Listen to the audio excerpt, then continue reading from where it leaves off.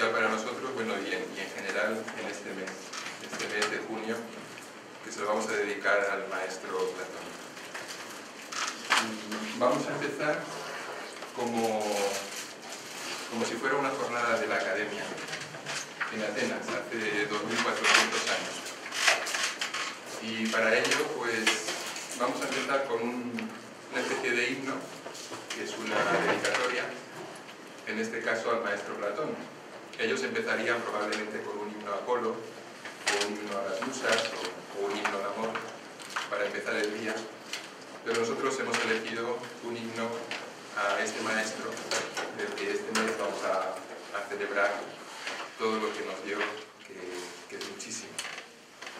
Y para ello quiero dar paso a una antigua discípula de esta escuela, que aparte de poetisa y es escritora, es Sonia Graf, que el año pasado compuso, con motivo del Día Mundial de la Filosofía, una poesía dedicada a Platón.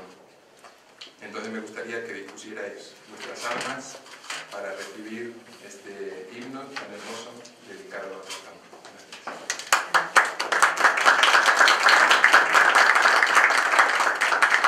Gracias. A Platón. Rumor de historia milenaria, remembranzas eternas compartidas por centurias de almas que bebieron en tu serena fuente. Manantial de sabiduría, Atenea lo surgió de una lanzada. Ella, que aplaca la sed indefinida del alma peregrina. Tú, Platón, abandonaste un día la caverna para dar a los seres la antorcha del saber que nos hace libres. Elaboraste un códice perfecto, obras repletas de enseñanzas, reflejos de un mundo ideal copiado del orden cósmico. En un banquete nos hablaste del amor, en la cárcel del alma y de la muerte. Ante Gorgias y otros reclamaste lo justo, no el provecho. Augurios de iniciados señalaban el surgir de la caverna ignorante al hombre portador de una idea, al eterno buscador de la verdad. Tu voz sigue mostrando su influencia en cátedras y círculos estrictos, retoños del ayer. Laurel de oro que corona tu frente, de todo lo divino nos hablaste, geometría cósmica del todo, herméticos diálogos pensados para acuciar al alma a que despierte del sopor, limpie detritus, pula y restaure la propia escultura hasta que surja la Afrodita de oro. Mas guardaste profundos misterios en boca de Sócrates, pusiste, cumpliendo sabios cánones que dictan los maestros. Dejaste señales inequívocas para el doctrino y reflexivo que intuye un algo más y así fortalece sus alas para el vuelo. Por ello, el humano agradecido, aprendiz de filósofo sincero, reconoce en ti a su mentor. Salve, Platón divino. Gracias.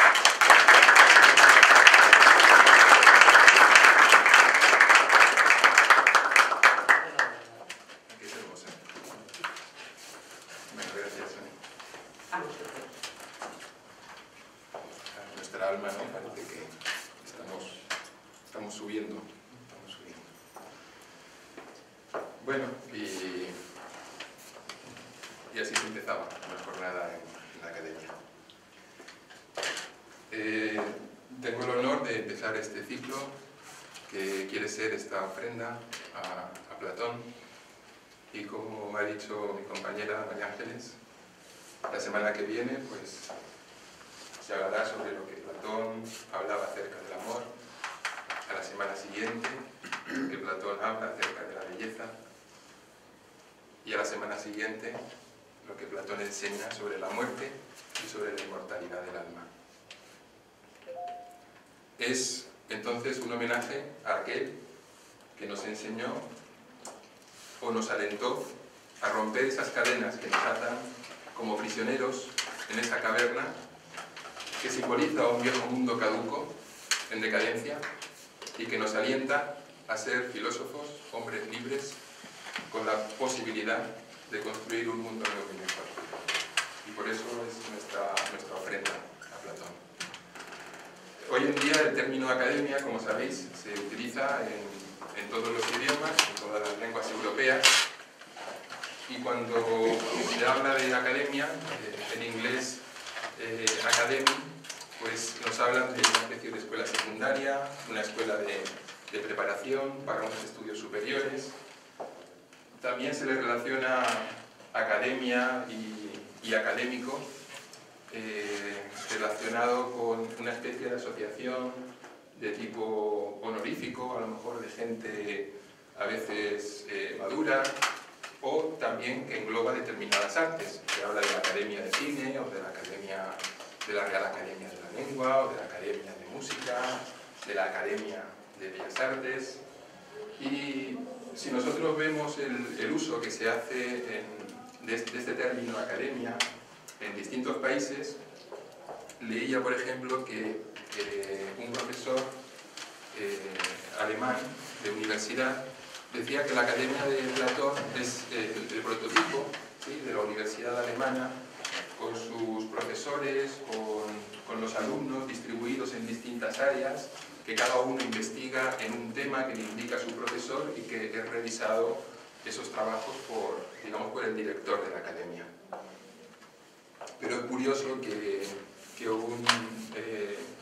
un platonista francés dice que la academia es el prototipo de las universidades francesas con sus profesores que vienen de distintos lugares, donde cada uno enseña una materia, enseña una ciencia, y todo eso es dirigido por el director de esa universidad o de esa academia. ¿Qué decir de los ingleses? Cuando hablan de sus colleges británicos, dicen que están inspirados también en la Academia de Platón y que están con inspectores, con rectores, con alumnos, etc., cada uno dedicado al estudio de un área. No conozco lo que dicen los estadounidenses, pero es posible que pudieran decir que sus universidades estatales mixtas tienen su origen también en la Academia de Platón, porque sabemos que fue la primera donde estudiaban tanto hombres como mujeres en la vieja Atenas. Después de esta introducción, deciros que sobre la vida de Platón no es mucho lo que conocemos. Se han perdido algunas biografías importantes, sobre todo la que escribió su sobrino Espeusipo, hijo de su hermana Potone, que parece ser que era la más completa, pero no ha llegado hasta nosotros. Entonces, bueno, hay algunos autores que han llegado a algunos fragmentos. Conocemos distintos viajes que realizó Platón, pero conocemos que realizó los viajes, pero no exactamente qué hizo en cada uno, qué cosas son las que vivió, qué cosas son las que aprendió, etc. Incluso sabemos también bastante por él, me refiero de Platón, por la Carta Séptima, que sabéis que él escribió, y donde relata una serie de viajes que realizó a Siracusa, de los que más adelante hablaremos. Bueno, haciendo un poquito de historia, pues decir que Aristócles, este es el nombre real de Platón, Aristócles nació un 7 del mes de Targelión en el año 427 a.C. O si queréis, porque hay algún griego que ha venido también aquí a la conferencia, de Athina. Nació en el año 756 después de la caída de Troya. O si hay algún romano, que creo que también, en el año 336 de la fundación de Roma. La fecha que queráis. Si no, en la 88 Olimpiada. que esto de los calendarios se han utilizado mucho a través de los tiempos. Lo importante es que nació, como decía, el 7 de Targelión, y algunos lo hacen coincidir con el mes de noviembre. Me refiero en concreto en el Renacimiento, donde nuevamente se va a impulsar la filosofía de Platón, la filosofía de la Academia, por los Medici, y Marsilio Ficino, que era un gran neoplatónico, tiene estudios muy interesantes acerca de, por ejemplo, del banquete, sobre el amor de Platón, un gran estudioso, muy interesante. Y nos va a decir que en aquella época, pues nuevamente se vuelven a revivir los simposios, nuevamente se reúnen, digamos, en Florencia y en las ciudades importantes, a hablar sobre el valor, sobre la justicia, sobre la belleza, sobre el amor. Se trata nuevamente de recuperar ese viejo espíritu socrático, ese viejo espíritu impulsado también por Platón. El padre de Aristócles, que traducido sería algo así como gloria al mejor, Cles significa gloria, Aristos es el mejor, en griego la virtud era arete, la excelencia, de ahí el nombre de aristocracia, que no tiene nada que ver con lo que nosotros conocemos hoy en día aquí en Europa. Aristocracia sería el gobierno de los que tienen más arete, o sea, los más virtuosos, los más excelentes en la vida. Y su padre se va a llamar Aristón, o sea, que sería algo así como más virtuoso. Aristón, que era descendiente del último rey de Atenas, que se llamaba Codros, y este descendía, nos dicen, de una divinidad que se llamaba Poseidón. Para los romanos, Neptuno, el dios de los mares. Por parte de madre era Perictioné, que era nieta de Solón. Solón, por lo tanto, es uno de los antepasados, vamos a decir, legendarios de Platón. Fue el gran legislador, uno de los 7 sabios de Grecia, que es el que cambió toda la constitución ateniense, todas las leyes.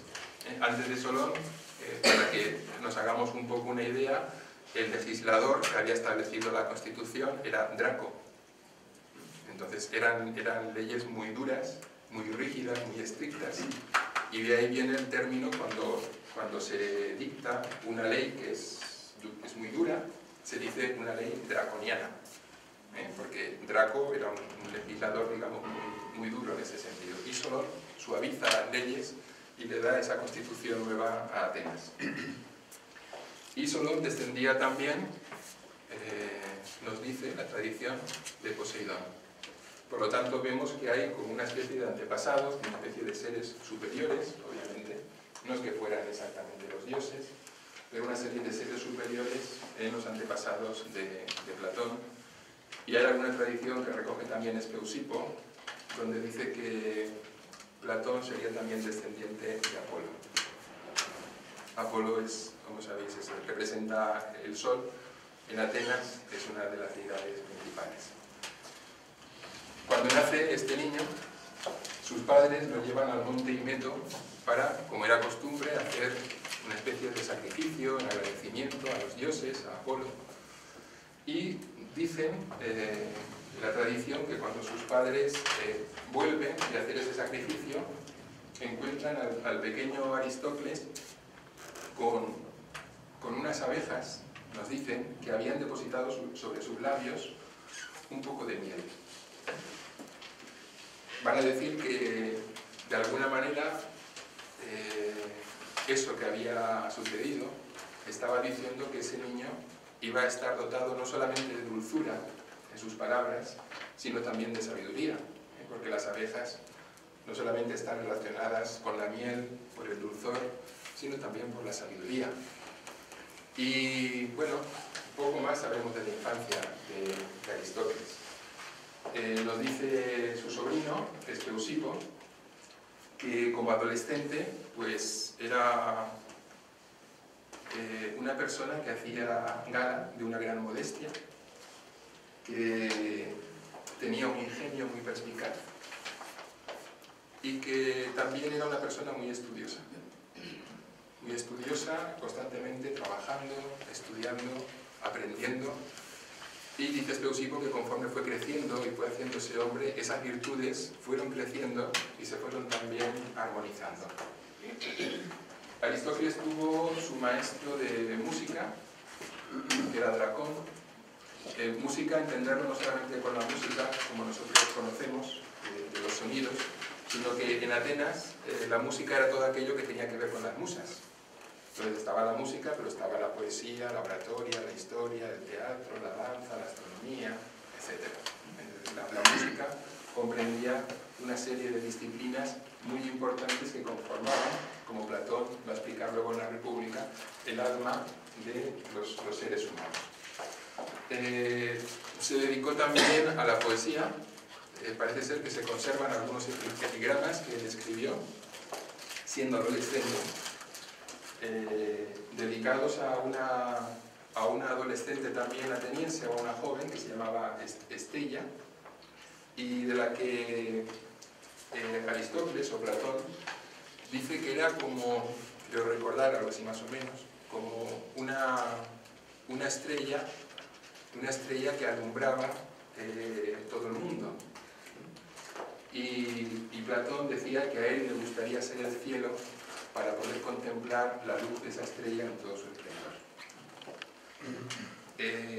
Esta joven falleció prematuramente y todavía le compuso Platón alguna poesía diciendo que desde entonces ya no solamente iba a iluminar a los mortales, sino también su luz se iba a hacer presente en el Olimpo de los dioses. Se dice también que escribió alguna tragedia, es decir, escribía obras de teatro. Tuvo un maestro en la palestra que se llamaba Aristón y parece ser que participó en algunos combates, ¿sí?, de lo que llamaríamos algo parecido. Habéis visto la lucha, ¿no?, grecorromana, de la lucha griega. Y es decir, que él practicaba estas, digamos, disciplinas de tipo gimnástico.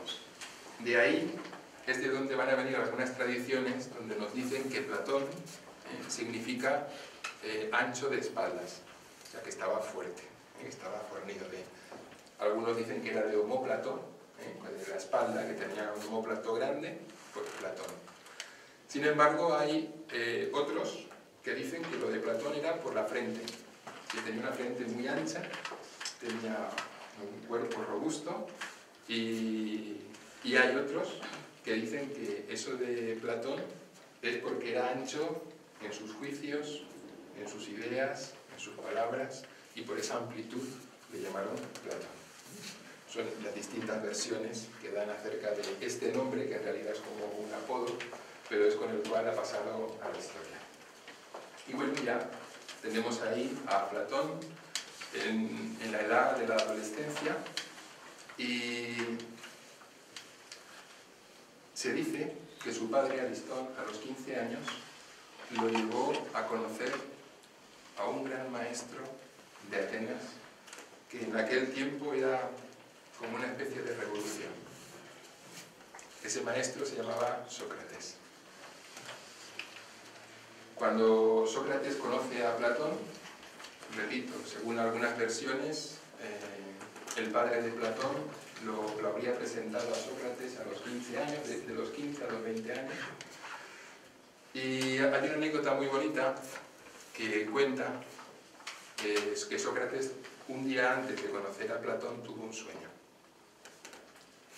En ese sueño, cuenta Sócrates que se lo estaba contando a unos amigos con los cuales estaba reunido, y les decía que había soñado que del altar de Eros, que es el dios del amor, que había en los jardines de Academo, donde luego se va a fundar la Academia Platónica, de ese altar del dios del amor, de repente un polluelo de cisne saltó de ese altar y fue a parar a su regazo. De repente le crecieron las alas y se elevó a los cielos cantando de tal manera que los hombres, dice Sócrates, y los dioses quedaron maravillados de tal armonía, de tal sonoridad. Cuando al día siguiente Sócrates conoce a Platón, le dice a sus amigos que ese cisne con el que él había soñado era Platón. Porque él ya veía, de alguna manera, lo que ese adolescente o lo que ese joven iba a llegar a ser. Para que tengamos una idea, cuando Platón conoce a Sócrates, si Platón tenía 15 años, Sócrates tendría unos 58. Tendría unos 58. Y si lo conoció a los 20, pues Sócrates tendría 63. Tenemos que entender que en aquella época la situación, digamos, de Atenas era muy convulsa. Era una situación muy difícil, muy crítica. Prácticamente al nacer Platón es cuando muere Pericles, que sabéis que es el gran, digamos, líder de lo que era la democracia ateniense.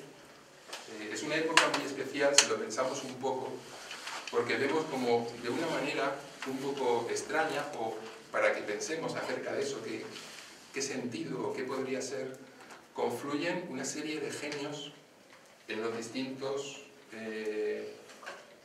o en las distintas ramas del saber, o en las distintas disciplinas. Es decir, si lo pensáis un poco, en ese siglo V antes de Cristo, pues prácticamente tenemos a Pericles, tenemos a Sócrates, tenemos a Fidias, construyendo el Partenón, tenemos a Apeles, el gran pintor, el propio Platón. Es decir, se juntan una serie de artistas, científicos, hombres de saber. Claro, entre todos van a fraguar lo que se llama la Grecia clásica, o el siglo de oro de la Grecia clásica, que tantos frutos en todos los aspectos nos dio. Como os decía, Atenas vivía una situación difícil. En esa época, en Grecia no era un estado, digamos como es hoy en día, sino que eran ciudades-estado. Es decir, Atenas era un estado, Esparta era otro, Tebas era otro, y cada ciudad tenía su propia constitución. Eran como estados separados. Y muchas veces estaban entre ellos en continuas disputas o guerras. Son tradicionales las famosas guerras entre Esparta y Atenas. Justamente a la muerte de Pericles le sucede otro presidente, que va a ser Elisandro, que va a dirigir la democracia ateniense hasta el año 405, en la que, con motivo de la guerra del Peloponeso entre Esparta y Atenas va a perder su hegemonía, va a perder la guerra, y Esparta va a obligarle a hacer una especie de cambio en el gobierno. En ese cambio vamos a ver que aparecen lo que se ha dado a conocer los 30 tiranos. Es decir, eran 30 personas que tenían el poder en Atenas. Aparte de otros, habían 21 más por ahí, pero no tenían el poder total que tenían estos 30 tiranos. Para que tengáis una idea, una de las leyes que dictan estos 30 tiranos es que ellos pueden condenar a muerte sin que nadie más lo juzgue a cualquier persona, y aparte expropiarle todos sus bienes, siempre que no estuviera en una lista que existía, que era de 3.000 personas. Esas 3.000 personas se ve que eran los que apoyaban a estos 30. Pero también se dio la circunstancia que estas 3.000 personas no creamos que estaban a salvo de todo, porque si por ahí les entraba alguna duda, los podían borrar de la lista y automáticamente los podían condenar a muerte, como así pasó más de uno. Obviamente, gracias a Dios, esto duró menos de un año. Pero ese año que duró causó mucho daño a lo que es la Atenas clásica de aquel tiempo. Platón tenía en aquel entonces 23 años. Él, que tenía siempre una inquietud política, y que desde joven, como él cuenta en la carta séptima, pues se estaba preparando, porque igual que todos los jóvenes atenienses, quería participar en el gobierno de la ciudad. Eso que él ha visto, esas injusticias, y también las enseñanzas de Sócrates, poco a poco le van haciendo retirar de esa idea primitiva que él tenía de entrar en política.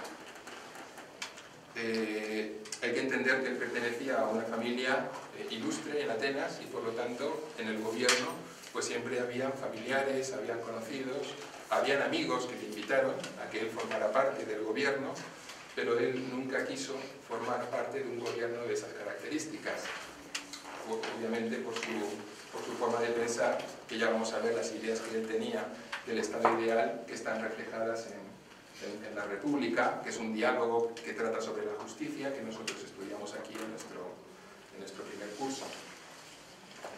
Entonces él no quiso participar y Sócrates, en alguna misión que le encomendaron, tampoco la aceptó, y de alguna manera, por esa posición que mantuvo Sócrates durante el mandato de los 30 tiranos y en otra ocasión donde Sócrates tampoco había seguido, por decirlo así, la opinión de la mayoría, un poco estaba en el punto de mira de aquellos que buscaban detentar el poder. Hay que entender otra cosa también para comprender este panorama histórico. Es decir, a veces es difícil, obviamente, ponernos en el lugar de un griego de hace 2400 años. En aquella época, con el nacimiento de la democracia ateniense, todos así los jóvenes de familias acomodadas, de las viejas oligarquías, etcétera, pues todos aspiraban de alguna manera a dirigir el Estado, a gobernar, a tener algún cargo público, porque eso obviamente pues les daba cierta notoriedad. Para ello buscaban siempre a alguien que les diese una formación, ¿sí? Porque tenían que hablar al público, los eran, ¿sí?, gente culta, tenían que dominar el arte de la palabra, la oratoria, etc.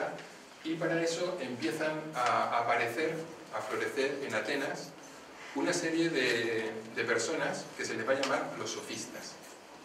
Sofistas, de la raíz sofos, sabio, eran gente muy culta, muy instruida, detentaban grandes conocimientos en distintas ramas del saber, dominaban como nadie el arte de la retórica, es decir, eran gente realmente con grandes dotes, grandes conocimientos, pero había un pequeño problema con referencia a los filósofos, con referencia a Sócrates, que era el estandarte de la filosofía en Atenas de aquel tiempo. Los sofistas cobraban un estipendio, es decir, cobraban un dinero por instruir. Claro, como era gente rica, era gente acomodada, aquellos a los que ellos instruían, pues tenían la posibilidad de ganar mucho dinero. Ellos a cambio les daban una formación. Es decir, era como una especie de... Bueno, como hoy en día, ¿no? Si alguien quiere aprender algo, va, busca un profesor, le paga, le enseña. Lo que pasa es que estos enseñaban a gente que luego iba a dirigir, iba a gobernar. ¿Cuál es el problema que veían los filósofos? ¿Qué problema veía Sócrates? Que esta gente, muchas veces, en la mayoría de los casos, como vamos a ver, no estaban preparados para gobernar. ¿Sí? Es decir, no tenían la formación moral, que es lo que pasa también hoy en día, de alguna manera, no tenían los valores que tiene que tener un gobernante. Es decir, no tenía la moral, no tenía la ética, no era una persona honesta, no era una persona justa, no era una persona buena. ¿Y qué ocurre? Si a alguien le das conocimiento, el conocimiento es poder. Él tiene poder sobre las masas, tiene poder sobre la gente, pero luego una vez está en el gobierno, ¿qué es lo que hace? Ahí viene el problema. Se conduce a sí mismo y al pueblo hacia la ruina, por una especie de juego, que es, ¿no?, dirigir la nave, dirigir el barco, dirigir una ciudad o dirigir una nación. Ese es el problema que veía Sócrates y Platón y los filósofos de su tiempo. Sócrates trabó, ya tenía bastantes problemas, pero se creó más, porque trabó enemistad con los sofistas, que tenían un gran poder, obviamente. Sabéis que Sócrates, que era un gran maestro, él, aunque el oráculo de Delfos dijo que era el más sabio de Atenas, él siempre decía, solo sé que no sé nada. O sea, que él no sabía nada, por lo tanto, él no podía enseñar, decía. Lo que ocurre es que él decía que había heredado la profesión de sus padres. Su padre era escultor y su madre comadrona. Entonces Sócrates dijo: yo he aprendido a modelar a los seres humanos y a darles nacimiento a su alma. O sea, que había heredado las profesiones de sus padres y él eso lo aplicaba hacia los seres humanos, sin cobrar absolutamente nada, para lo cual tenía sus problemas con su mujer, con Jantipa, que cuando iba a casa le decía: bueno, has traído algo, tenemos que comer. Y Sócrates, claro, decía: no he traído nada.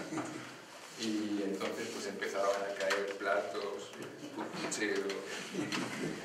Y Sócrates decía, cuando Jantipa truena, llueven platos, algo por el estilo. Bueno, lo que pasa es que los discípulos de Sócrates, sabiendo que él no aceptaba dinero sin que él lo supiera, pues le pasaban algo a Jantipa sin que obviamente él se enterara, porque si se entera hubieran habido graves problemas. ¿Qué ocurre? Los sofistas le decían a Sócrates, Sócrates, con cierta ironía: tú eres muy honesto, porque, claro, tú mismo lo dices, solo sé que no sé nada, solo faltaría que encima cobraras, porque si no sabes nada, ¿cómo vas a cobrarle a alguien? ¿No? O sea, sería una inmoralidad que raya en lo supino.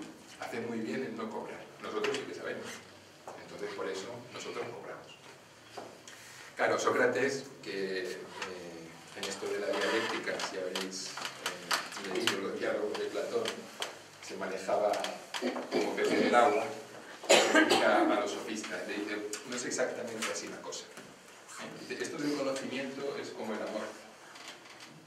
Hay dos maneras de conseguirlo: por el enamoramiento o por el dinero. Cuando se consigue por el enamoramiento, estamos hablando de la filosofía. Vosotros lo conseguís a través del dinero, es decir, estáis prostituyendo el conocimiento. Claro, no les cayó muy bien, es lógico, ¿no? No les cayó muy bien. Entonces se lo anotaron, ¿no? Sócrates. ¿Cómo hacemos? Entonces, algo muy curioso que también nos llama la atención. Se unen tres sofistas, Anitos, Meletos y Licón, y acusan a Sócrates de impiedad, es decir, crear falsos dioses o dioses distintos a los de la Hélade, y de corromper a la juventud. Él, que justamente la misión era formar a todos los atenienses, porque él no tenía una academia, él salía a la plaza, salía al pueblo, se detenía con el primero que se cruzaba, que ya la gente cuando lo veía venir se escondía detrás de alguna columna o de algún sitio, porque claro, Sócrates decía: a ver, quiero hablar contigo. Y ahí ya empezaba el otro a temblar. ¿Tú qué piensas acerca de la virtud? ¿Qué es para ti la justicia? ¿Qué es para ti? Y empezaba, ¿no? Y claro, él tenía esa facultad de hacer, a través del diálogo, poder llegar a una conclusión sin él decir esto es así o esto no es así, puesto que él reconocía que no sabía. Pero sí tenía ese arte de, a través del diálogo, poder llegar a esa conclusión. Entonces, estos tres sofistas lo acusan y lo va a juzgar a Sócrates un tribunal que se llama la Bulé, que era elegido todos los años y que se conocía también como el Consejo de los 500. Eran 500 personas, 500 atenienses, los que conformaban ese consejo. Lo decía que es curioso porque fijaros que le acusan de impiedad, es decir, de crear falsos dioses, y sin embargo los que le acusan son políticos. No son sacerdotes. ¿Entendéis la contradicción? Es decir, cómo un político le acusa a un filósofo de impiedad. Mientras que en Atenas estaban los sacerdotes de Eleusis, donde se celebraban todos los años los misterios menores y cada 5 años unos misterios más importantes. Sin embargo, lo que eran los sacerdotes de Eleusis no tenían nada en contra de lo que enseñaba o difundía Sócrates. Obviamente todo esto estaba manipulado, estaba orquestado. Siempre fue así, ser filósofo siempre ha sido una especie de profesión peligrosa, porque el filósofo trata justamente de despertar la conciencia de los seres humanos, y eso le interesa muy poco, y menos a los que gobiernan, que cuanto menos piense la gente, pues le viene también mejor.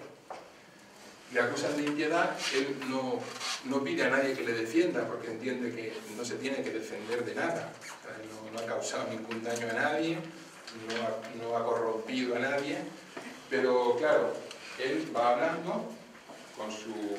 Esto lo recoge muy bien, si lo queréis leer, Platón en la Apología de Sócrates. Es de los escritos de Platón, sin contar las cartas, que son 13, el único, digamos, escrito que no está en forma de diálogo. Todos los demás son diálogos.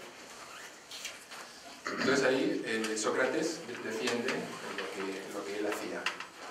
Cuando el Consejo de los 500 le pide que se condene a algo, o sea, que él mismo se imponga una pena por lo que ha hecho, esperando, yo qué sé, ponerle un escarmiento. Y bueno, a ver, que se condenara a algo realmente importante, ¿no? Bueno, pues conociendo a Sócrates, él dice, vamos a ver, si un atleta, por ganar en una Olimpiada, es alimentado de por vida en el Pritaneo, un edificio público que había en Atenas, yo, que he educado a vuestros hijos, a vosotros mismos durante muchos años, me condeno a lo mismo, a ser alimentado de por vida en el Pritaneo. Creo que es mucho más importante lo que yo he hecho que ganar una carrera en una Olimpiada. Claro, el Consejo de los 500 dijo, bueno, esto ya no lo ha aguantado. Los discípulos de Sócrates se acercan y dicen, no, ponte una multa, ponte no sé cuántas minas, era digamos una moneda, tenía que ver con el peso de la plata. Y dice, bueno, me condeno a tantas minas, ¿no?, de multa. Y bueno, el Consejo, como sabéis, lo condena a muerte y lo condena a beber la cicuta, esa planta venenosa, que lo que hace es que es una especie de infusión que se la toma y va paralizando el cuerpo. Cuando llega al corazón, el corazón se para y muere, ¿no? Sócrates podía haber escapado de la prisión, sus discípulos lo arreglaron para tratar de salvarle la vida, pero él era una persona tan íntegra, tan honesta, que decía que si las leyes de Atenas, que lo habían educado, ahora le condenaban a muerte, pues ahora que le eran adversas las leyes, no iba a escapar de ellas. Si cuando la habían educado las había aceptado, pues ahora que le condenaban también las tenía que aceptar. Y bueno, y ahí vemos el drama de su mujer llorando, sus discípulos, hasta el carcelero llorando, y él tranquilizándolo, dice, no, si la tengo que tomar yo la cicuta. Dice, tú simplemente dime cómo tengo que hacer. Entonces el carcelero le explica cómo tiene que hacer para que le vaya haciendo efecto. Y esto fue realmente traumático para Platón. Platón había estado 8 años al lado de su maestro, que le va a decir sobre Sócrates en el Fedón, que Sócrates era el hombre más justo, el mejor amigo y el hombre más bueno que había conocido. Entonces eso a él le afecta muchísimo, claro. De repente, por una injusticia, perder a su maestro, aquel que había despertado en él esa búsqueda del conocimiento. Y a partir de entonces, pues empieza, digamos, Platón, con 28 años, frecuenta a otros filósofos. Nos dicen que tiene clases con un discípulo de Heráclito, llamado el Oscuro, que se llamaba Crátilo. Recibe también clases de un tal Hermógenes, que era de la escuela filosófica de Parménides, de lo que se llama la filosofía presocrática. Y va a iniciar una serie de viajes. En estos viajes que él va a iniciar, pues nos dice que va a estar en Cirene. Ahí recibe clases también de un matemático que se llamaba Teodoro, y también recibe clases de Filolao, que era un pitagórico. Sabéis que hay mucha relación entre la filosofía de Platón y de Pitágoras, no es para menos, porque estamos hablando de los dos pilares de la filosofía tal vez más grandes que conocemos, Platón y el propio Pitágoras, que ya en Crotona había fundado una academia o una especie, digamos, de escuela, por decirlo así, que Platón en su tiempo visitó y conoció.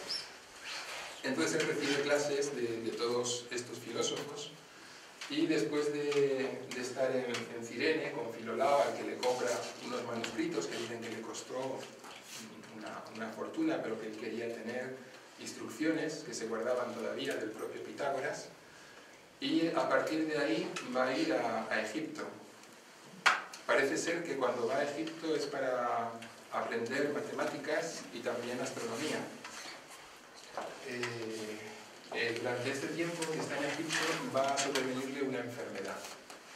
Esta enfermedad, según nos cuentan la historia, parece que Eurípides, este autor de tragedias, según algunas versiones parece ser que le acompañaba en el viaje. Y entonces cuenta Eurípides que habiendo caído enfermo, Platón, los sacerdotes egipcios lo curaron con un tratamiento en base a agua del mar. Así, directamente. Con lo cual se acuñó una frase que decía Eurípides, que decía que el agua del mar cura todas las enfermedades. Yo investigué, estuve buscando, algo había leído ya, no sé si habéis leído alguno, sobre las propiedades del agua del mar, la talasoterapia. Y bueno, parece ser que en el siglo XIX y principios del XX un gran investigador francés, René Quinton, estuvo con sus investigaciones haciendo experimentos, inclusive con animales realmente desagradables, pero bueno, terminaban bien, porque lo que hacía era desangrar prácticamente a un perro, y cuando estaba desangrado le inyectaba agua del mar isotónica, nada más. El animalito al cabo de los días estaba mejor, inclusive, que antes de inyectarle esa agua del mar. O sea, que el agua del mar, cuando se consigue que sea isotónica significa que tenga la misma proporción de sal que tienen las células del cuerpo humano. Sabéis que las células están en un líquido. Ese líquido es como si fuese agua del mar, lo que pasa es que la concentración es de 9 gramos por litro. El agua del mar tiene una densidad de 36 gramos por litro. Entonces, si se mezcla una parte de agua del mar con 3 partes de agua de manantial, entonces se tiene un agua del mar isotónica, que eso es como si fuese el propio, digamos, plasma sanguíneo o el líquido en el cual están las células. Como decía, René Quinton salvó miles de vidas de niños con tuberculosis y una serie de enfermedades que si no hubieran muerto.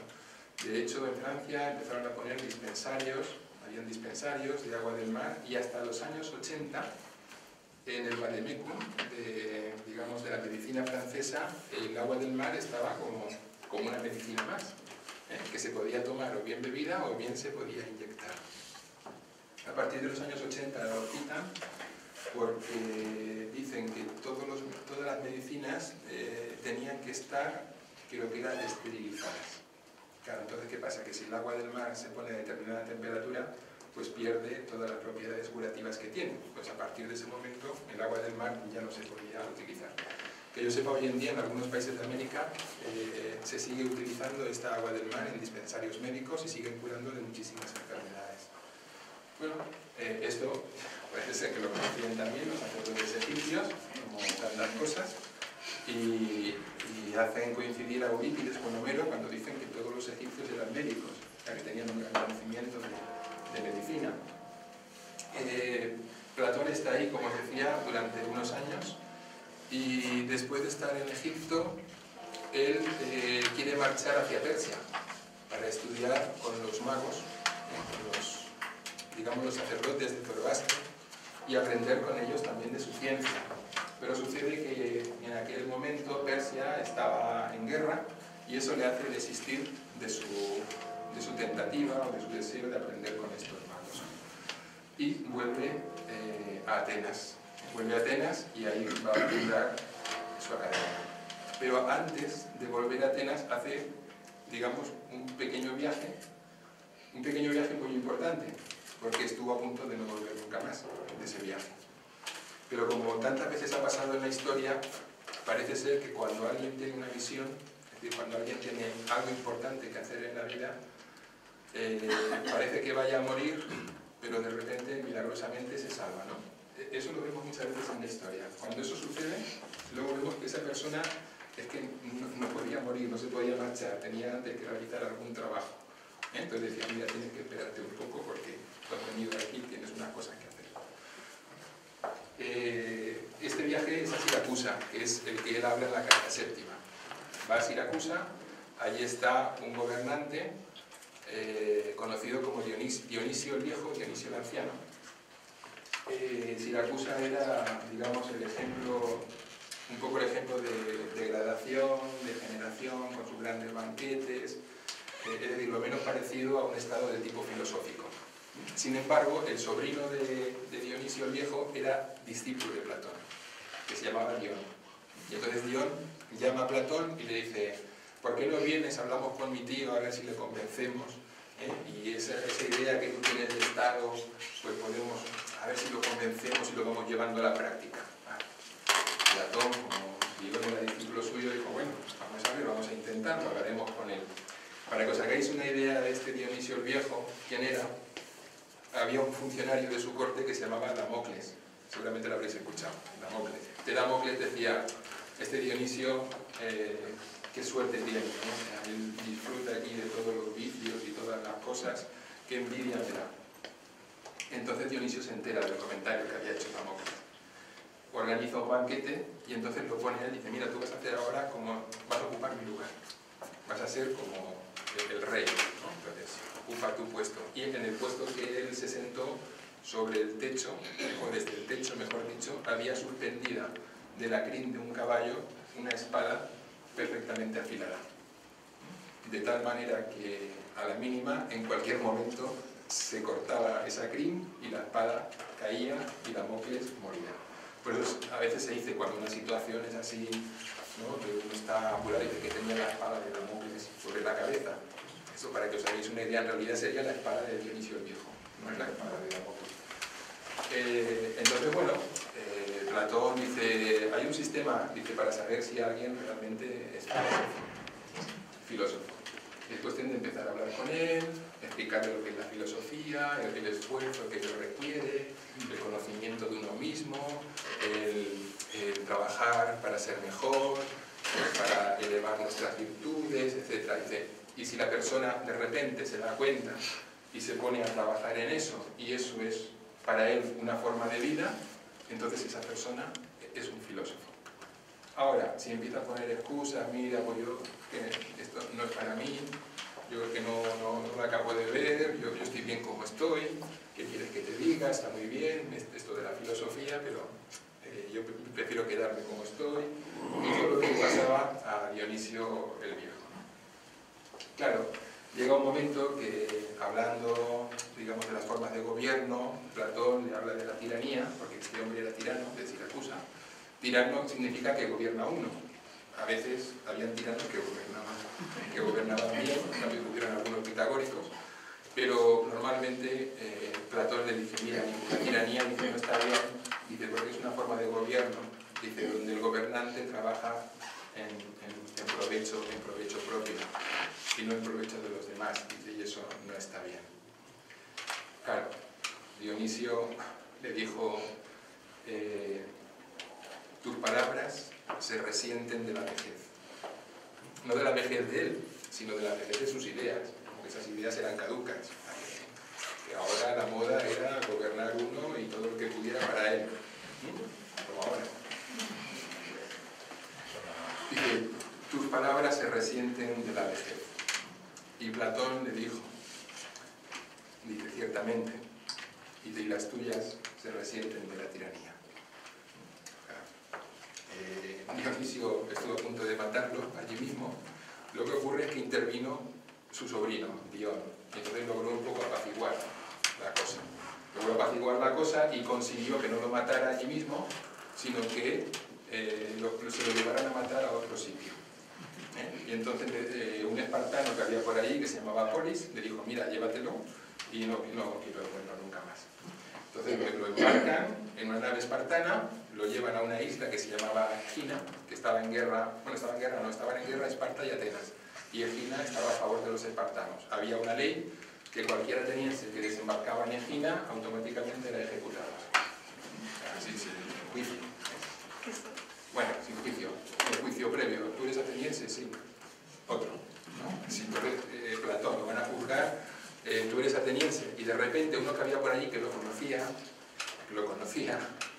que lo había conocido de Cirene, que se llamaba Níceris, le dice a lo que estaban juzgándolo: este hombre no es ateniense, es un filósofo, que se hace pasar por ateniense. ¿Qué más quisiera él que haber nacido en Atenas? Pero no lo ves.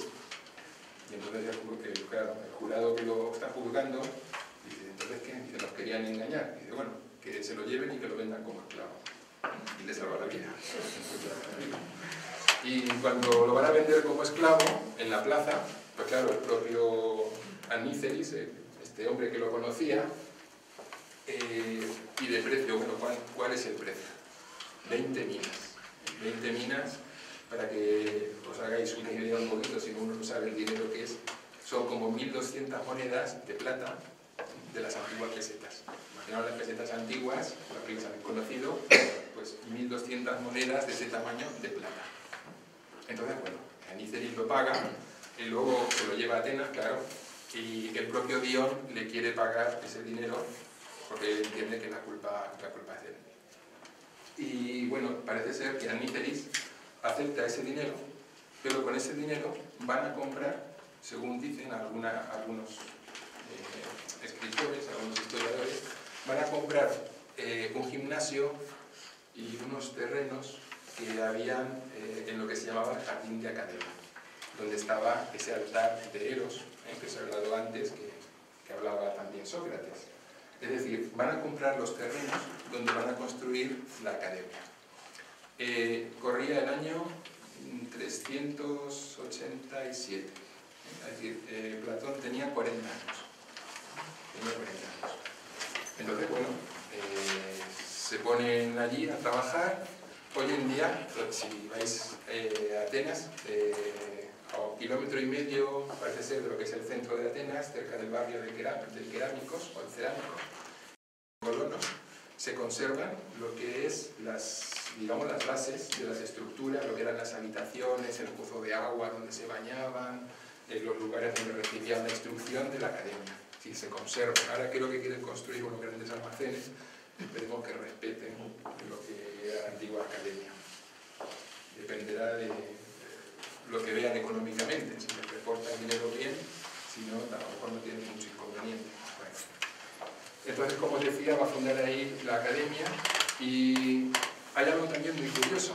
En la antigüedad, en Grecia, las asociaciones de tipo filosófico, que no creéis que la academia es la primera, hemos dicho que estaba la de Pitágoras, pero también habían otras como la de Euclides, de Megara, la de Antístenes, Aristipo, que eran todos discípulos de Sócrates, que habían fundado sus propios colegios o academias. Lo que pasa es que la gente que tuvieron y el trabajo que hicieron no fue tan renombrado como el que llevó a cabo Platón. Entonces, bueno, fundan ahí la academia, van a empezar a llevar adelante ese sueño que tenía Platón, que era formar hombres. Es decir, él ve que él había vivido lo de los 30 tiranos, había vivido esta experiencia con Dionisio, y se da cuenta que para llevar bien el gobierno de una ciudad, el gobernante, una de dos: o es un filósofo el que gobierna, por eso él en la República de Platón, en la Justicia, habla del rey filósofo, es decir, de aquel que realmente está preparado para gobernar, y si no es filósofo, tiene que dedicarse a la filosofía. Una de las dos cosas. Es decir, o es un filósofo directamente el que gobierna, o si no lo es, tiene que dedicarse a la filosofía.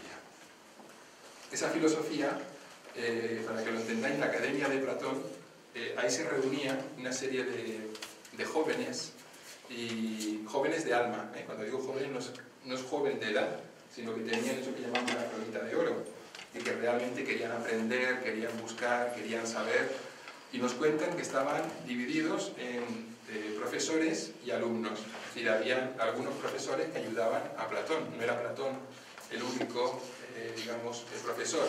Recordad que Aristóteles fue discípulo de Platón durante 20 años. Entonces, aparte de ser su discípulo, le ayudaba también en las tareas como profesor en la academia. Heráclides de Ponto, Eudoxio, el propio Speusipo, es decir, gente, Genócrates, todo. Luego, en el futuro, fueron grandes filósofos. Ellos se dedicaban allí a estudiar fundamentalmente matemáticas y geometría. Las matemáticas no creamos que son las matemáticas que nosotros conocemos.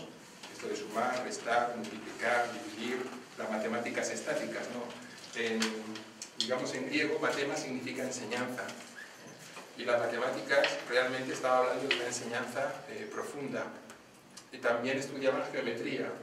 Claro, las ideas de Platón, que también están relacionadas con Pitágoras, le daban mucha importancia a la geometría. Hay una anécdota también muy graciosa, porque claro, en 40 años que duró, digamos, en vida de Platón, duró la academia, porque Platón murió a los 80 años aproximadamente.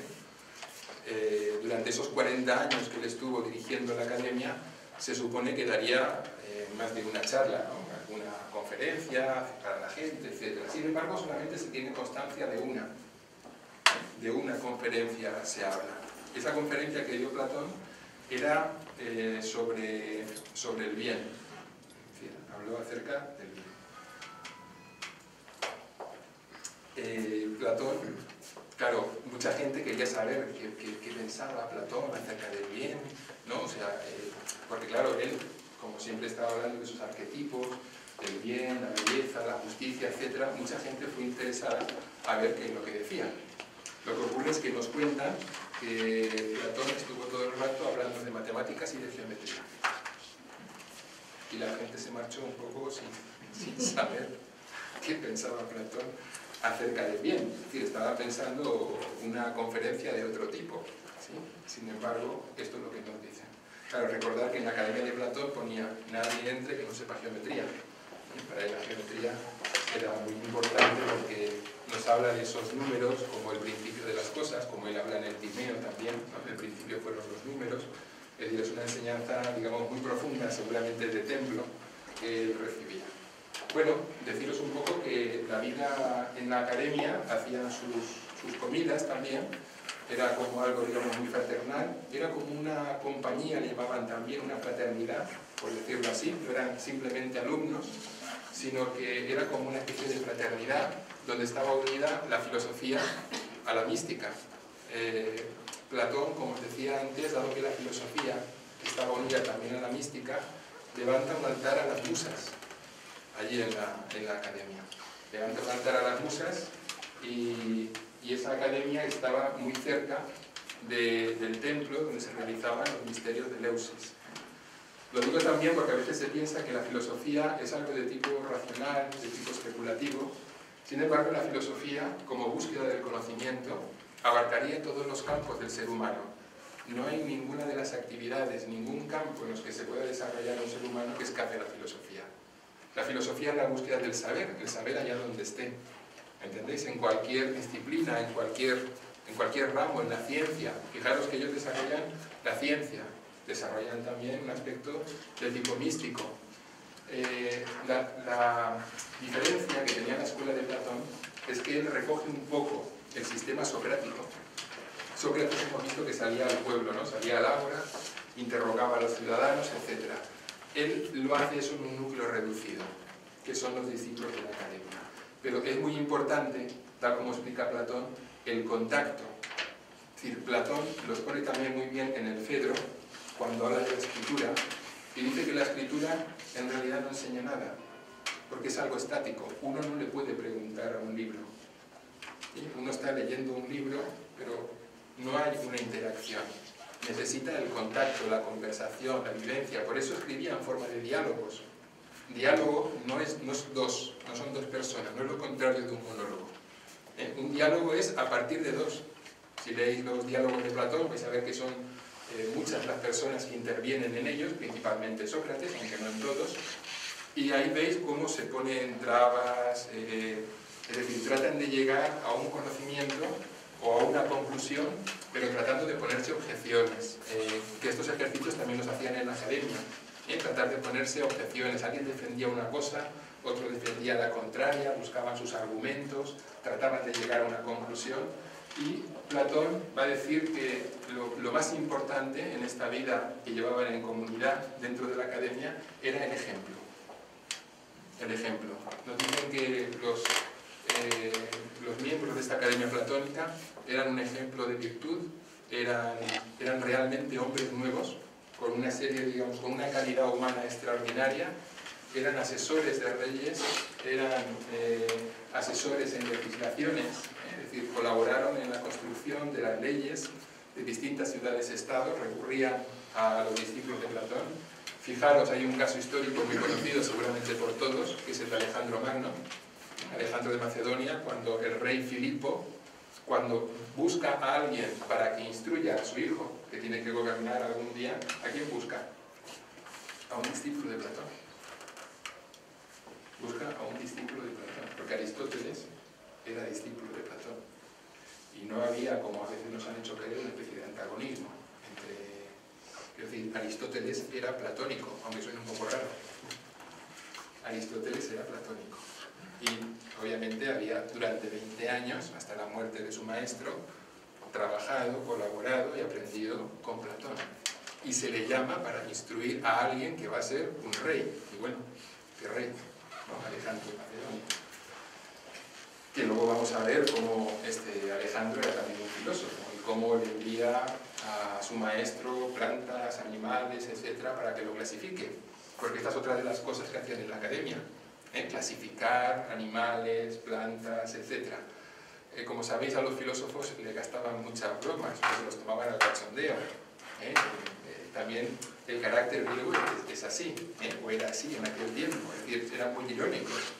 De ahí las comedias de Aristófanes, cuando se metían con Sócrates, ¿no? Le decían cualquier cosa, y Sócrates iba a verlas, las comedias, que algunos atenienses lo veían esperando el turno para entrar, y dice, pero como vienes aquí a esta hora, dice, si sabes que te va a criticar Aristófanes, dice, por eso vengo. Dice, para ver si aquello que me critica, dice, hay algo de lo que me pueda corregir. Claro, sería inconveniente, él siempre estaba queriendo aprender. Dice, a lo mejor tiene razón en lo que está criticando, vamos a ver qué es lo que dice. Y también hay una muy graciosa, de estos de, creo que se llamaba Epícrates, disculpad, porque son tantos nombres. Era un comediante o autor de comedia que era Epícrates, que escribe unos versos, unos epigramas, y hay como 3 discípulos de Platón que están ahí en la academia y están delante de un calabacín. Y entonces uno dice, esto es un calabacín. El otro dice, esto no, esto es un arbusto. El otro dice, no, esto es una hierba. Y pasa un médico siciliano y dice, ah, todo eso son tonterías, ¿no? Nadie sabe lo que es. Y dicen que Platón permanecía impertérrito y decía, bueno, vamos a empezar otra vez, tratar de fijaros bien y a ver si esta vez encontréis realmente eso que es, ¿no? O sea, que nos lo presentan a la academia también como un centro de investigación a nivel botánico, zoológico, de animales, etc. Bueno, en este ínterin, como todo pasa en la vida, Dionisio el Viejo muere, ¿no? Y entonces, ¿quién viene? Dionisio el Joven. Muere Dionisio el Viejo, viene Dionisio el Joven. Y cuando viene Dionisio el Joven, Dion, que está allá en Siracusa, le dice, oye, no, maestro Platón, ¿por qué no vienes otra vez? Platón ya tenía 61 años. ¿Por qué no vienes? A ver, porque este Dionisio tiene 30 años, él le ha hablado de tus enseñanzas, de tu filosofía, y bueno, no parece que esté en contra, a lo mejor si tú hablas con él y lo puedes convencer, ¿por qué no vienes? Y ya Platón, más que nada por su discípulo, por Dios, dice, bueno, vamos a ver, ¿no? Total, después de la experiencia que había tenido, otra vez se embarca para Siracusa. Desembarca, empieza a hablar con Dionisio, el joven, empieza a hablar de la filosofía, como había hecho con su padre, empieza a hablarle de la filosofía, este y lo otro, pero esta vez llevaba unos test, como lo que nosotros a lo mejor habremos rellenado alguna vez. Y Platón, con esos test, lo que quería era ir pasándoselos a todos los ciudadanos que hicieran el test para ver cada uno qué habilidades, qué posibilidades tenía, de qué se podía encargar, qué es lo que podía hacer, ¿no? O sea, en base a un conocimiento, en base a una serie de preguntas. Claro, cuando le hace el test a Dionisio el Joven, en ninguno de los resultados que da aparece que realmente esté preparado para gobernar. Dice, ¿cómo que no estoy preparado para gobernar? Pues mira, por las respuestas que has dado, no, tú no estás preparado para el gobierno. Claro. Arresto domiciliario para Platón, no puede salir, o sea, no se puede ir con la verdad, no se puede ir con la verdad. Arresto domiciliario, Dion intercede, pero ya en esta ocasión Dion no puede hacer nada, se marcha para preparar una especie de revolución, para derrocar a Dionisio. Platón, claro, él era amigo de Dionisio joven, pero que no le había hecho nada. Simplemente que en el test no aparecía él como gobernante. Y dice, bueno, te puedo dejar en libertad, pero porque interviene otro filósofo que es Arquitas, vamos a conocer que era pitagórico, Arquitas de Tarento, que era pitagórico, intercede por él y le dice, mira, es un buen hombre, es un filósofo, ha tratado de ayudarte, tampoco es para causarle ningún daño. Entonces Dionisio al final pues parece ser un poco que se reblandece en su postura y le deja marchar. Platón ya no volvió así a acusar. Con esas experiencias que tuvo bastante. Y entonces lo deja marchar y bueno, y él va a Atenas, sigue con su trabajo en la academia hasta que, pues, como os decía, contando la edad de 80 años, pues él fallece. Se conservaba en la antigüedad Pausanias,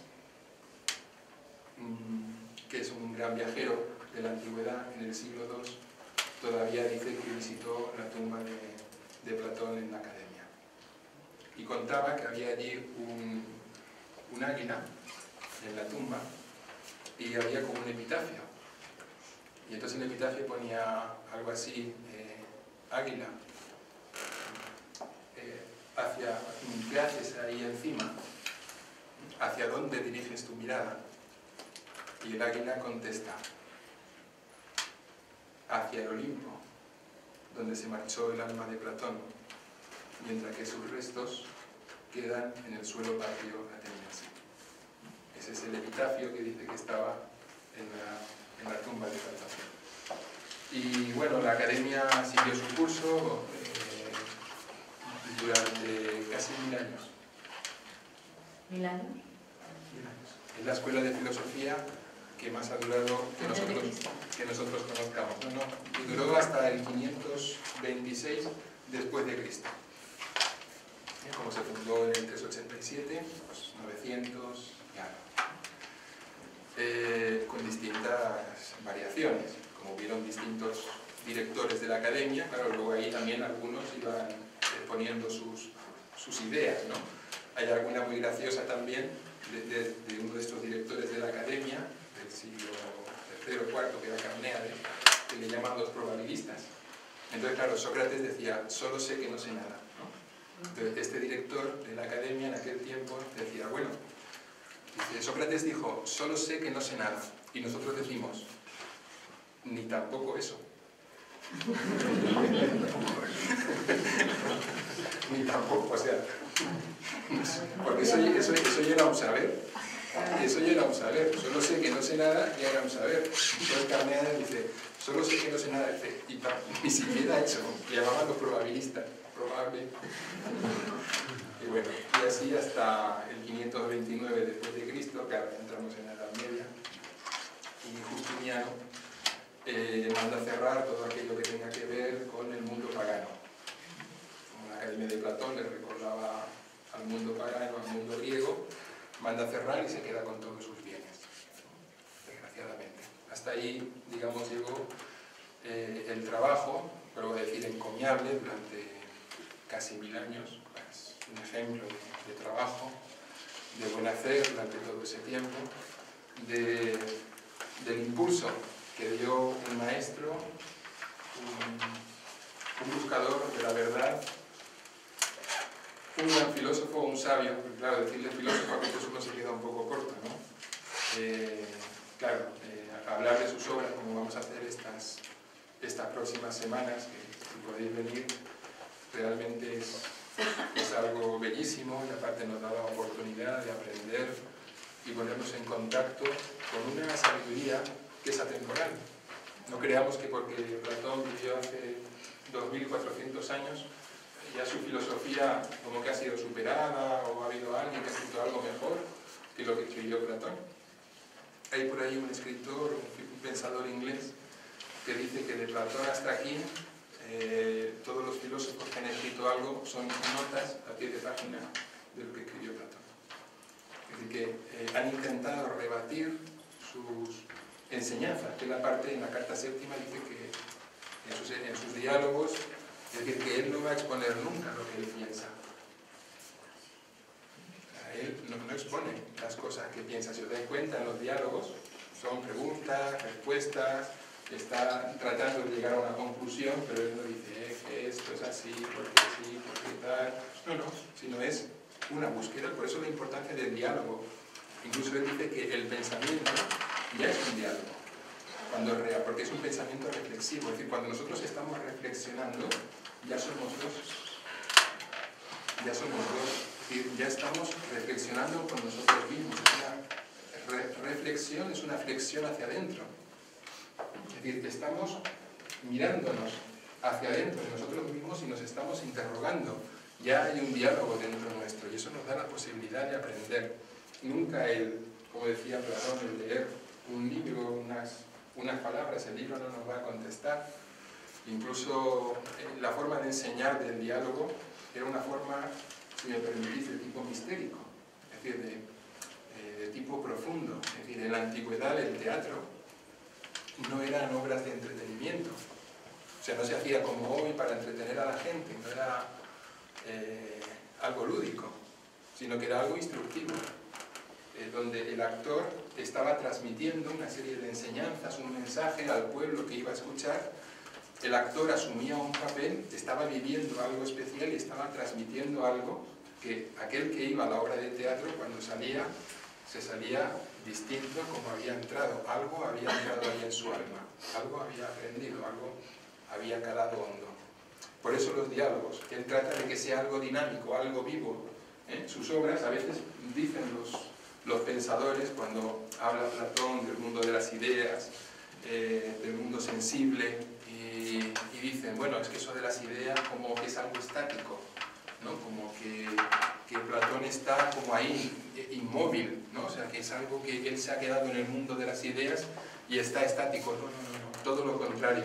O sea, la filosofía de Platón nos habla de un movimiento constante, porque cuando nos habla de la caverna y nos dice que en la caverna están todos encadenados en sus asientos mirando hacia el fondo, mientras por detrás pasan los objetos, la gente hablando, y los que están dentro de la caverna escuchan los ecos y ven las sombras, Platón dice, lo que hay que ayudar es al que está dentro de la caverna que rompa las cadenas, que lo atan y que salga hacia afuera para que pueda contemplar la luz del sol. Es decir, son todo obviamente símbolos que representan la sabiduría, el conocimiento, etc.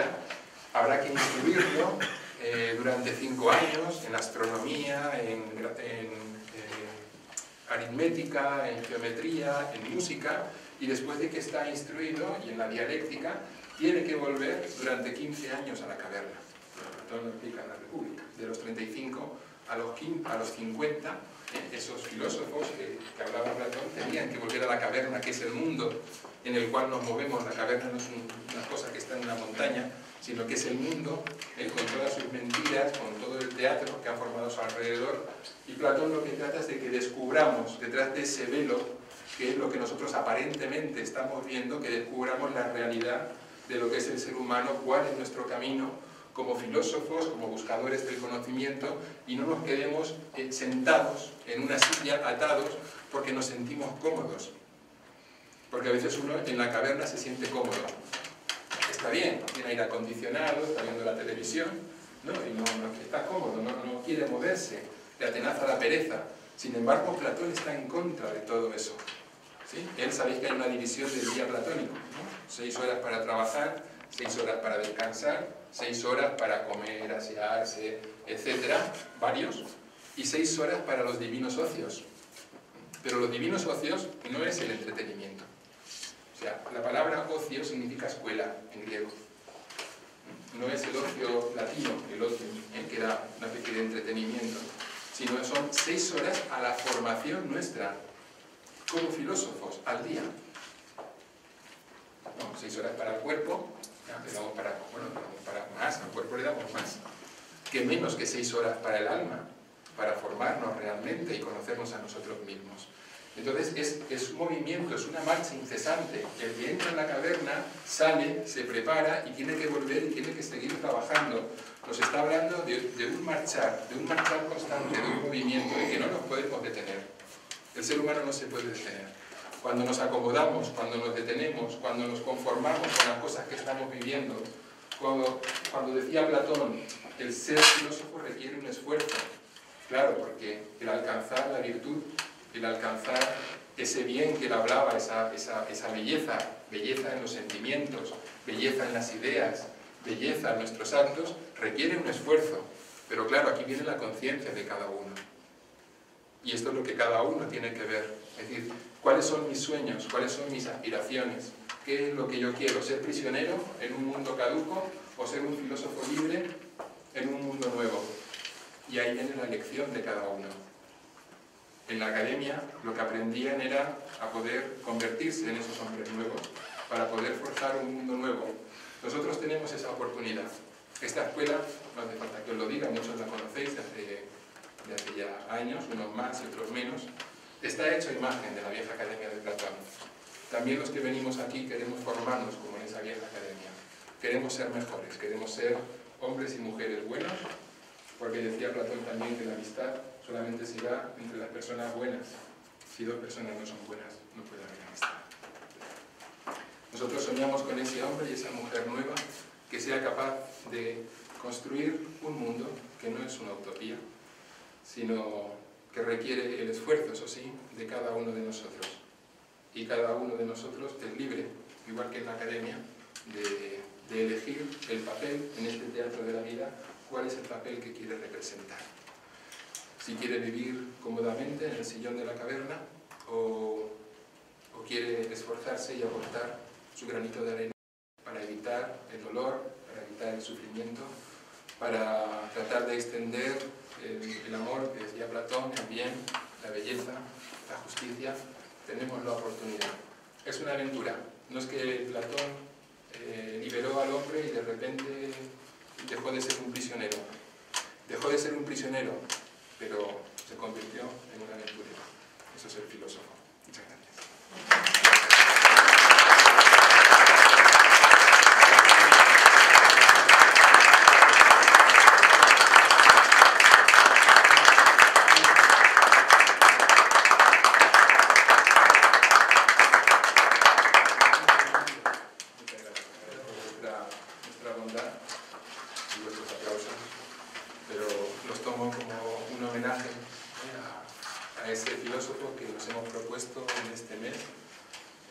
Recordarlo constantemente y ofrendarle poesías y ofrendarle pues, lo que humildemente, porque tenemos nuestras limitaciones, pero lo que esté en nuestro corazón lo queremos ofrendar a Él. Porque lo que nos ha dejado Él es un tesoro de tales características que es impagable. No podríamos agradecerle jamás esos diálogos que nos ha dejado sobre el amor, sobre la belleza, sobre la justicia, sobre el valor, sobre tantas cosas, pero bueno, por lo menos que sepa desde aquí que lo recordamos, y no solamente lo recordamos, sino que tratamos de vivir y de llevar a la práctica, en la medida que podemos, aquellas enseñanzas o aquellos consejos que podemos extraer de sus libros. Creo que es el mejor homenaje que se le puede hacer a un maestro. Un maestro siempre lo que quieren sus discípulos no son halagos, sino lo que quieren es que los discípulos puedan llevar una vida acorde a sus sueños. Entonces, en ese sentido, queremos que nuestro homenaje sean también nuestras obras. No sé si tenéis alguna pregunta que queráis hacer. Saramago era también un poco de Platón, ¿no? Sí, bueno, es que en realidad... Tiene una obra que habla de la caverna. Sí, es que claro, tanta gente ha hablado de Platón, que Platón está en toda la historia. Cuando viene, es decir, incluso los primeros padres de la Iglesia, el cristianismo no tenía una filosofía. La filosofía que, digamos, que porque habla de un demiurgos, de un creador, del universo, lo ponen como inspirador de esa filosofía, digamos, de los primeros cristianos, es decir, los primeros padres de la Iglesia iban a recibir instrucción de los filósofos neoplatónicos, Agustín, Entonces, la filosofía es una lucha constante contra los dogmas. La filosofía, claro, es una búsqueda del conocimiento, no trataba en la academia, no trataba nunca de, digamos, de imponer, porque el alma tiene que salir de dentro. No sé si me explico. Platón decía algo que es para que reflexionemos, a lo mejor durante el fin de semana o más, ¿no? Él decía que el ser humano, antes de nacer, él veía los ideales, es decir, los arquetipos. Entonces, el alma contemplaba lo que era la belleza, el bien, la justicia, es decir, todas aquellas cosas que el alma debe conocer. ¿Qué quiere decir esto? Que nuestra alma realmente ya conoce la verdad. ¿Qué es lo que necesitamos? Claro, al caer en la materia, nuestra alma, es decir, en este cuerpo denso, que nos viene muy bien, ¿no? Porque nos ayuda a hacer las cosas, digamos, cotidianas, pero por otra parte, decía Platón que entonces el alma sufre como un olvido. Pero que la misión del pedagogo es educar. Educar, del latín, significa educir. Educir es sacar de dentro hacia afuera. Y decía Platón, no puede aprender el hombre nada que no sepa ya. Es decir, todo lo que aprendemos ya lo sabemos. Necesitamos de un pedagogo que pueda instruirnos, pueda educir de dentro nuestro, eso es lo más difícil que existe. Hoy en día, ¿qué vamos a decir también de los profesores? Es decir, muchas veces uno trabaja de profesor porque no puede trabajar de otra cosa. Es decir, no es algo vocacional, sin embargo, esto en la antigüedad era sagrado, ¿no? Es decir, un pedagogo tenía que llevar una vida, vamos, ejemplar, virtuosa, de pureza, de limpieza interior, de todo tipo, porque estaban trabajando con almas, claro. Es que es la visión del antiguo y la visión del filósofo. El filósofo está trabajando con almas, no con personalidades que nosotros estamos viendo, porque las personalidades tienen sus defectos. ¿Sí? Y esos defectos... Es sacar los egos de las personas. Es sacar de dentro lo mejor. Nosotros tenemos... Pero eliminar los egos, que es lo malo. Eliminar los ecos. Los egos. Egos, bueno, según como se entienda en la psicología actual, si al ego se le llama la parte, digamos, egoísta, personal, porque en la sabiduría clásica el ego le llaman al yo superior, ¿no? Pero sería así, sacar esa parte, digamos, si se quiere, más mezquina del ser humano, es decir, sus vicios, sus egoísmos, que esos egoísmos, explica Platón, justamente nacen como consecuencia del miedo. Es decir, cuando un ser humano tiene miedos de distinto tipo, entonces se torna egoísta. Y si os fijáis, el mundo de hoy, todo lo que nos hace es inculcarnos miedo. Miedo al trabajo, no hay dinero, no hay nada, estamos fatal, estamos hundidos, no hay salida, para nada. ¿Y qué pasa? Que cuando el ser humano más miedo tiene, pues mira, más paralizado se queda. Porque si habéis vivido alguna vez una situación de miedo, realmente sabéis que el miedo, una de las cosas que provoca es la parálisis. ¿No? Uno quiere correr y no puede. Le ha cogido miedo y se le ha quedado la pierna paralizada. Quiere gritar y no le sale la voz. ¿Sí? Pues esto que sucede físicamente, obviamente también sucede en los planos psicológicos y mentales. Entonces, la gente que tiene miedo es más fácil de conducir, pero no de conducir hacia una civilización, sino de manipular, de manejar, etc. Por eso los filósofos no son interesantes para los estados, porque los filósofos lo que tratan es que la gente aprenda a pensar por sí misma, que es lo importante, porque cada uno de nosotros somos completamente distintos. ¿Sí? Es decir, todos somos seres humanos, hombres o mujeres, hay una identidad, pero nuestras experiencias, nuestras vivencias, las cosas que nosotros hemos aprendido en cada uno, seguro que si tuviéramos toda la noche como Platón en el banquete y empezáramos a hablar, sin importarnos la hora que se nos hiciera, veríamos como cada uno iba a decir experiencias distintas, vivencias distintas, por lo tanto, cada uno vive las cosas de manera distinta. Platón decía que todas las cosas que tienen que ver con el ser humano, aparte de ser una ciencia, son un arte. Un arte. Es decir, la política, aparte de ser una ciencia, es un arte. ¿Por qué? Porque va dirigido al ser humano. Entonces, no hay unas reglas fijas diciendo todos los seres humanos se tienen que conducir políticamente así. Porque a lo mejor los chinos, ¿sí?, son distintos de los europeos, vamos a suponer, o distintos de los hindúes, tienen una mentalidad distinta, entonces a lo mejor no sirven las mismas reglas. Habrá que adaptarlas a ese pueblo. Platón dice lo mismo con los médicos. Y un médico dice no puede ordenarle a una persona el mismo medicamento porque tenga la misma enfermedad. Tendrá que hablar con la persona, tendrá que ver cuál es la causa de la enfermedad, porque a lo mejor el origen es otra cosa distinta.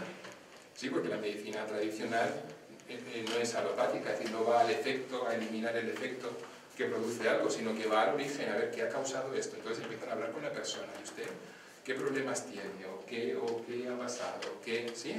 Es algo más humano. Claro, no es esto de que vamos a la seguridad social y atienden uno cada 5 minutos. Tómese estos polvitos, tómese esto. Bueno, ahora lo tienes que pagar todo. Tómese tal cosa. O sea, antes por lo menos, cuando te van a entrar encima te cuesta dinero. Pero no es eso, es decir, se ha deshumanizado todo. Y dentro de todo lo que se ha deshumanizado también la medicina, la política. Da igual que la gente esté sufriendo, que esté mal. Yo gobierno, estoy ganando una fortuna todos los meses, me da igual que la gente no tenga para comer. Está totalmente deshumanizado. Es decir, hay algo que se ha perdido por el camino, es decir, algo en la educación. Es decir, la educación desde mediados del siglo XX hasta aquí sucede algo muy importante y que probablemente origina todo lo que estamos viviendo, porque cuando hay una crisis, no es una crisis económica, en realidad es una crisis de valores. Y esa crisis de valores origina las crisis en todos los campos que nos podamos imaginar, y obviamente también en el económico. Pero a partir de mediados del siglo XX se deja de tomar a los clásicos como un elemento fundamental dentro de la educación. Es decir, durante 2500 años prácticamente se enseñó lo mismo. Es decir, basado todo en lo que nos dejaron los griegos, fundamentalmente lo que enseña Homero en la Odisea. Sí, porque Homero en la Odisea eso no es un libro de aventuras, en realidad es un tratado de urbanismo, si lo leéis, es un tratado de educación, te dice todo lo que tienes que hacer, cómo comportarte, cómo vivir, es un tratado para desarrollar la arete, o sea, la excelencia, la virtud, y con eso se educaron pues, todos estos griegos que hemos hablado, toda la juventud ateniense, todo lo de la Grecia del siglo de oro, hasta mediados del siglo XX. A partir de ahí dicen, esto no vale, todos 2500 años, estamos ya un poco atrasados, vamos a dejar de estudiar a los clásicos. Y ese es el problema que tenemos hoy en día. Ortega y Gasset, ya en su tiempo, que ya estas cosas, fijaros, estamos hablando del siglo pasado, ya decía, dice, el ser humano cuando se enfrenta a un problema, pues claro, de repente le viene una situación nueva y tiene delante suyo como una especie de abismo, porque es una situación nueva y no sabe qué hacer. Dice, ¿y qué es lo que hacíamos antes? Mirábamos hacia atrás, cogíamos a los clásicos, leíamos y eso era la herramienta con la cual enfrentábamos esa situación. Ahora nos viene una situación nueva, no sabemos qué hacer, miramos para atrás y tenemos otro abismo. Tenemos un abismo delante y otro detrás. Claro, nos hemos quedado paralizados, no sabemos qué hacer. Porque de dónde venían, es decir, ¿por qué viene el Renacimiento? Porque se empiezan a traducir nuevamente a los clásicos, es decir, cuando los árabes empiezan a traducir todas las obras nuevamente de Platón, Aristóteles, los tratados de medicina, de astronomía, de farmacia, claro, de repente, nuevamente, como que aparece el mundo clásico y de repente la Edad Media, ¡pum!, desaparece. ¿Sí?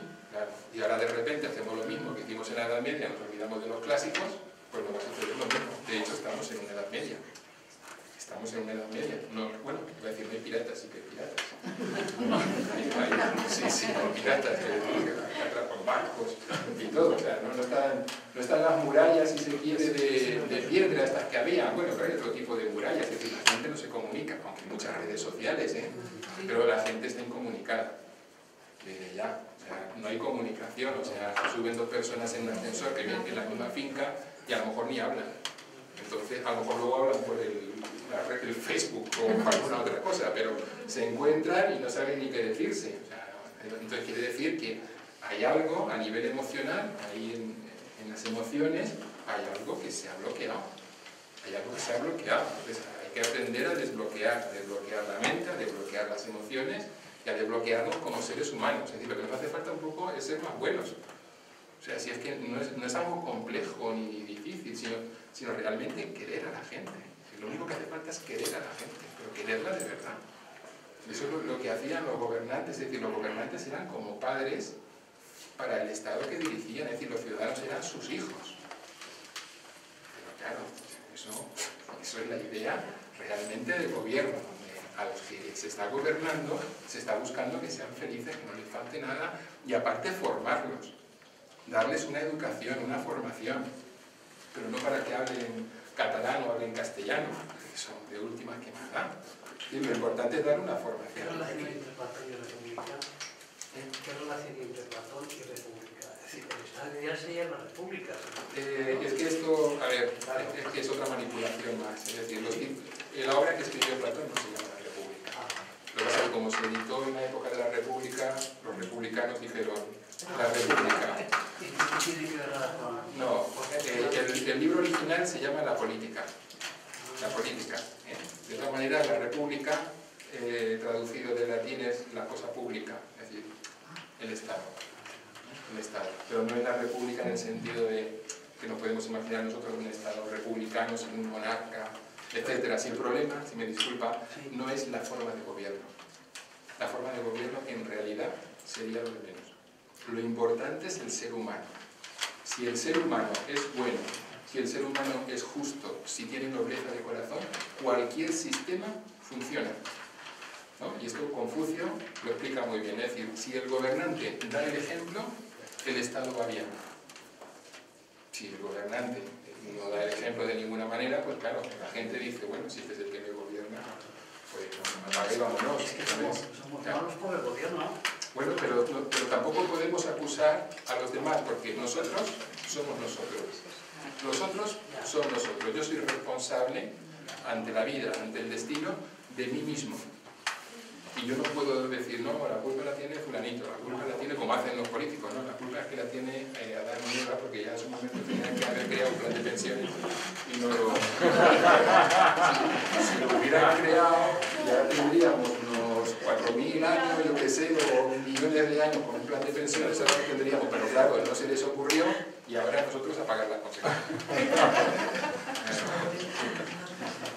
Muchísimas gracias. He disfrutado muchísimo. Ella es preciosa.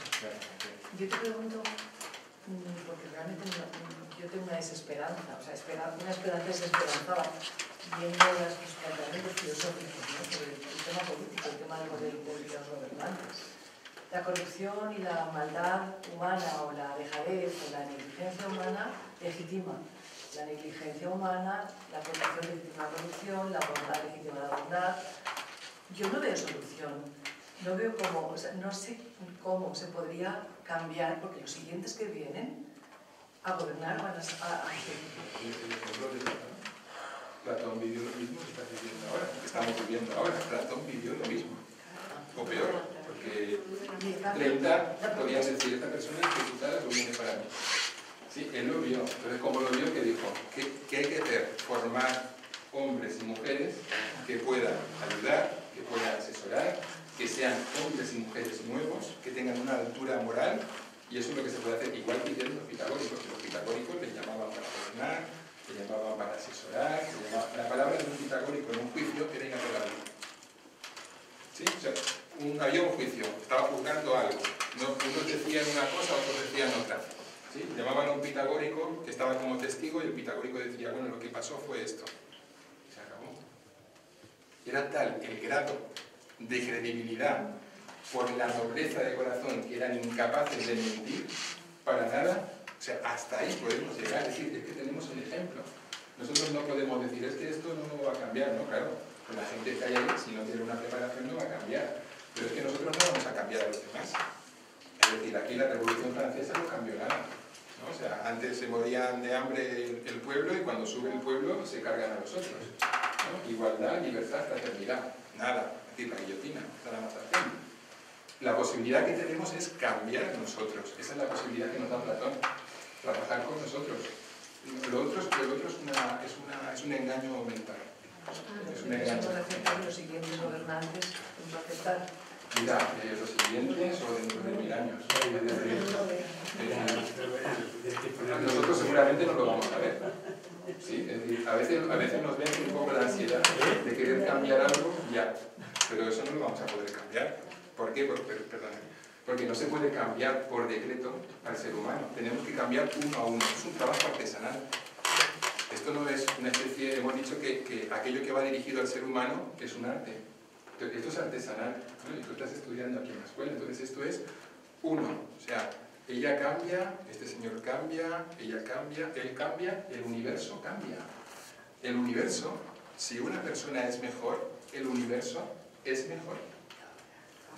Pero no podemos cambiar a los demás. No se puede cambiar. Platón no podía cambiar a sus discípulos.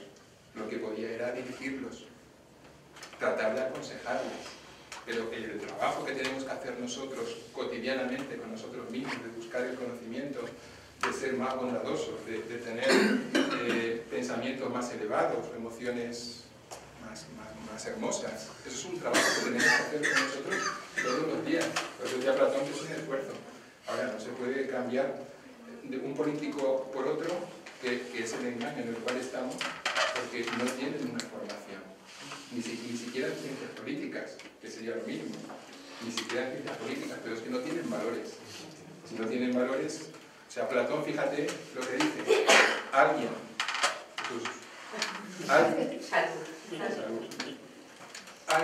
que quiere gobernar está incapacitado para ejercer el gobierno. Alguien que quiere gobernar está incapacitado para ejercer el gobierno. Si alguien ya quiere gobernar, Platón dice, por su naturaleza, está incapacitado ya para ejercer el gobierno. Es decir, Platón dice, el gobernante no quiere gobernar. Es decir, es el filósofo que está en la contemplación. En la contemplación, porque tiene tal grado de elevación de su alma que está contemplando la belleza, contemplando el bien. ¿Sí? Y Platón dice, habrá que ir y convencerlo y decirle, mira, a ti no te importaría hacerte cargo de la ciudad porque eres la persona más preparada para ello. Si no lo haces tú, lo va a hacer otro y va a ser peor para la ciudad. O sea, Platón dice, hay que convencerlo para que gobierne. Si quiere gobernar, ya tiene una ambición de poder, está buscando el poder, ya está mal. Es decir, ya está buscando, tiene una ambición de poder, ya está descalificado. Por eso él tenía el test que pasaba en Siracusa. No, seguramente Dionisio le diría, no, a mí te gusta mucho.